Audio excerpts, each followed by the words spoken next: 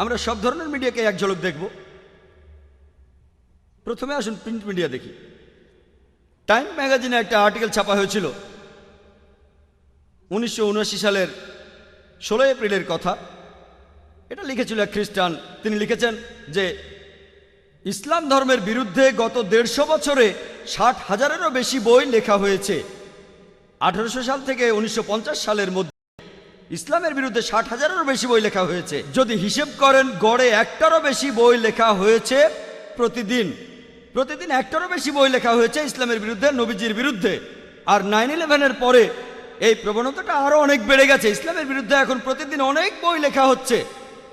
আর মুসলিমরা আমরা কি করছি? খ্রিস্টান মিশনারিরা তারা ধর্মকে ছড়াচ্ছে, তাদের দায়িত্ব পালন করছে। তারা ছাপাচ্ছে বিভিন্ন লিটারেচার আর সেগুলো বিলি করছে। আমাদের এখানেও একটা স্যাম্পল আছে। এই যে প্রশ্ন করেছিলাম এক আরব শেখকে প্লেনে যাওয়ার সময় যে এটা কি, তিনি বললেন আল্লাহ মোহাম্মদ। কিন্তু যদি একটু খেয়াল করে পড়েন এটা আল্লাহ মোহাম্মদ না, এটা হলো আসলে আল্লাহ মোহাব্বা, যার অর্থ ঈশ্বরী প্রেম। এটা আসলে বাইবেলের একটা উদ্ধৃতি। ফার্স্ট এপিস্টল অফ জন 4 নম্বর অধ্যায়ের 16 অনুচ্ছেদ। ঈশ্বরী প্রেম। তারপর বলা হয়েছে যে প্রেম নিয়ে বসবাস করে সে ঈশ্বরের সাথে থাকে, ঈশ্বর তার ভেতরে থাকেন। বাইবেলের একটা অনুচ্ছেদ। এটা যদি মুসলিমদের দেই, বেশিরভাগ মুসলিম কি করবে? চুমু দিয়ে পকেটে রেখে দেবে। যখনই তারা আরবি দেখে আল্লাহর কালাম পকেটে চলে যায়। ইন্ডিয়া, পাকিস্তান বা অন্যান্য অনারব দেশের মুসলিমরা যদি আরবিতে লেখা কিছু দেখে তখন সেটাকে চুমু খেয়ে পকেটে রেখে দেয়, যেন সেটা আল্লাহর কালাম, আসলে ঘরের ভিতরে সাপ।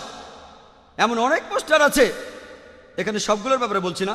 যখন তারা পড়ে ও রাব্বানা, যখন রাব্বানা শব্দটা দেখলেন তারপরে থাকবে আতিনা ফিদ দুনিয়া হাসানাতাও, আমরা অভ্যস্ত। এটা কিন্তু রাব্বানা নয়, এটা আব্বানা, এটা পিতা যিনি স্বর্গে থাকেন, তার রাজ্য পৃথিবীতে প্রতিষ্ঠিত হবে। এটা বাইবেলের একটা অনুচ্ছেদ।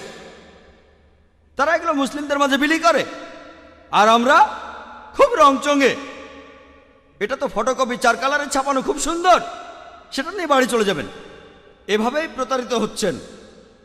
তারা প্রতারণার মাধ্যমে আমাদের ঘরে ঢুকছে। অন্যান্য অনারব দেশের মুসলিমরা যদি আরবিতে লেখা কিছু দেখে তখন সেটাকে চুমু খেয়ে পকেটে রেখে দেয়, যেন সেটা আল্লাহর কালাম, আসলে ঘরের ভিতরে সাপ। এমন অনেক পোস্টার আছে, এখানে সবগুলোর ব্যাপারে বলছি না। যখন তারা পড়ে ও রাব্বানা, যখন রাব্বানা শব্দটা দেখলেন তারপরে থাকবে আতিনা ফিদ দুনিয়া হাসানাতাও, আমরা অভ্যস্ত।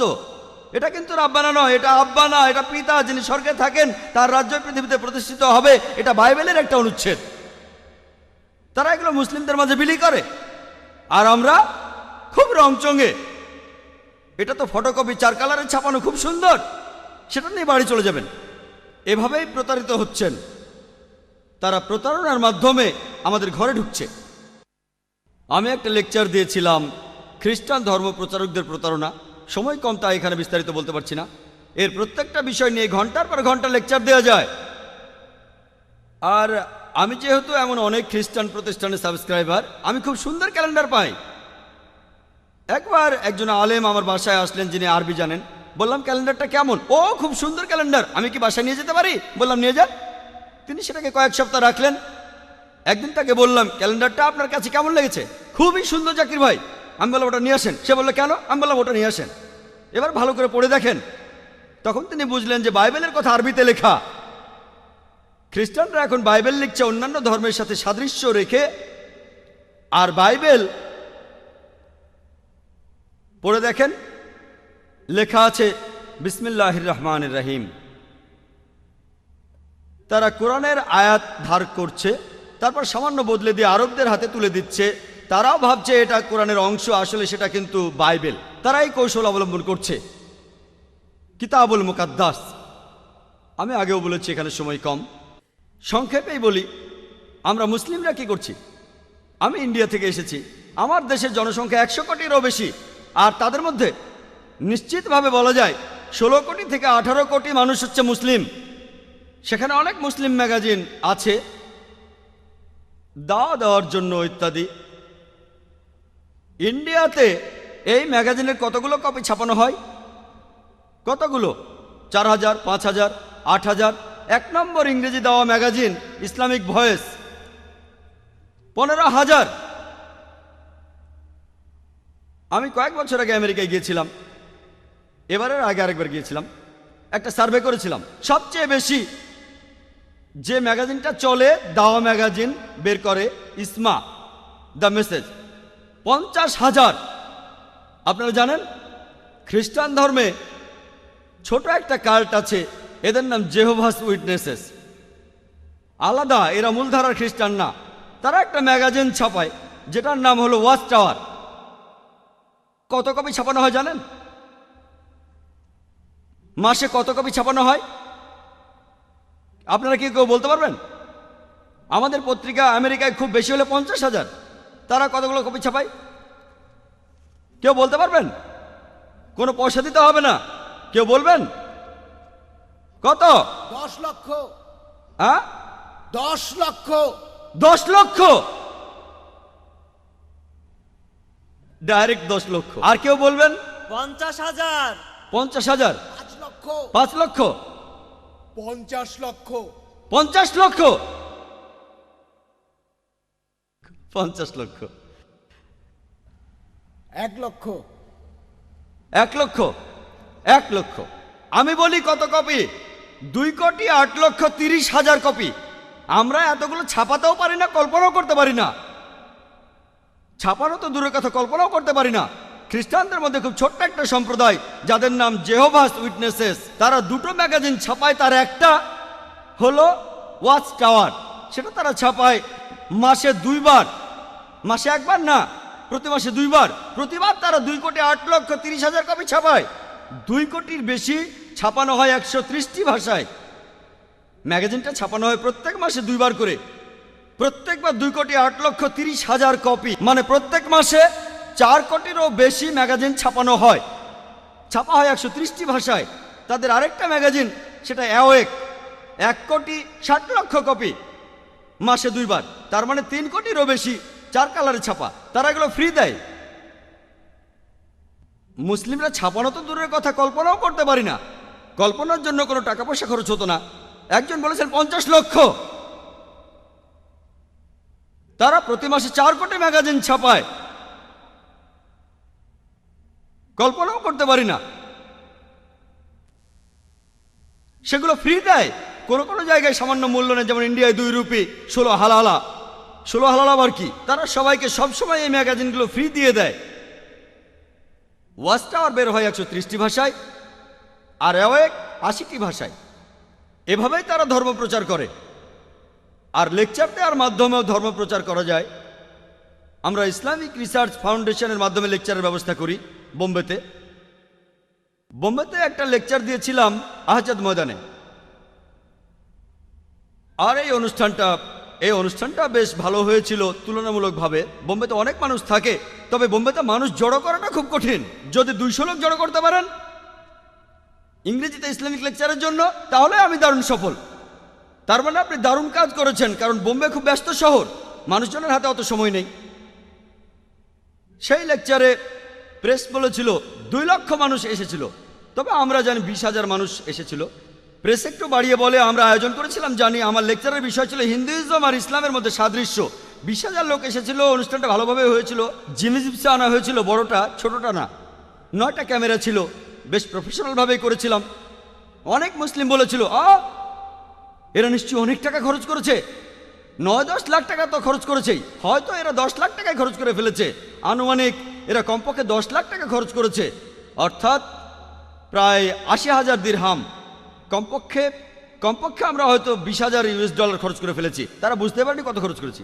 আমাদের খরচ হচ্ছে 28 থেকে 30 লাখ টাকার বেশি না। লোকে যা ভেবেছে তার 3 গুণ খরচ হয়েছে। আমরা $60,000 খরচ করেছি, প্রায় 2.5 লক্ষ দিরহাম। এ কথা কেন বলছি জানেন? আমার লেকচারের মাত্র 2 সপ্তাহ পরেই বেনি হিন, আপনারা বেনি হিনের নাম শুনেছেন কেউ? একজন আমেরিকান খ্রিস্টান বক্তা, আমেরিকান ধর্মপ্রচারক। কে কে বেনি হিনের নাম শুনেছেন? জানলে হাত তোলেন। বেনি হিন মাত্র 30 থেকে 40 জন লোক হাত তুলেছেন।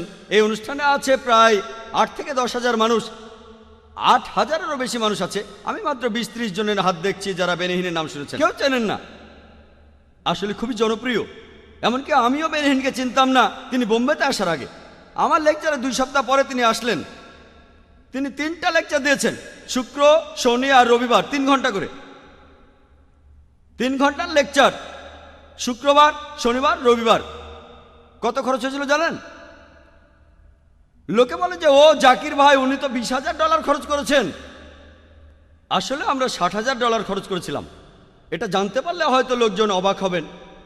আনুমানিক হিসাব। বেনিহিন কত খরচ করেছিলেন জানেন? কত? এবারে সবাই চুপ। খরচ করেছেন $50 লক্ষ। মাত্র 9 ঘন্টার জন্য বোম্বেতে খরচ করেছেন $50 লক্ষ।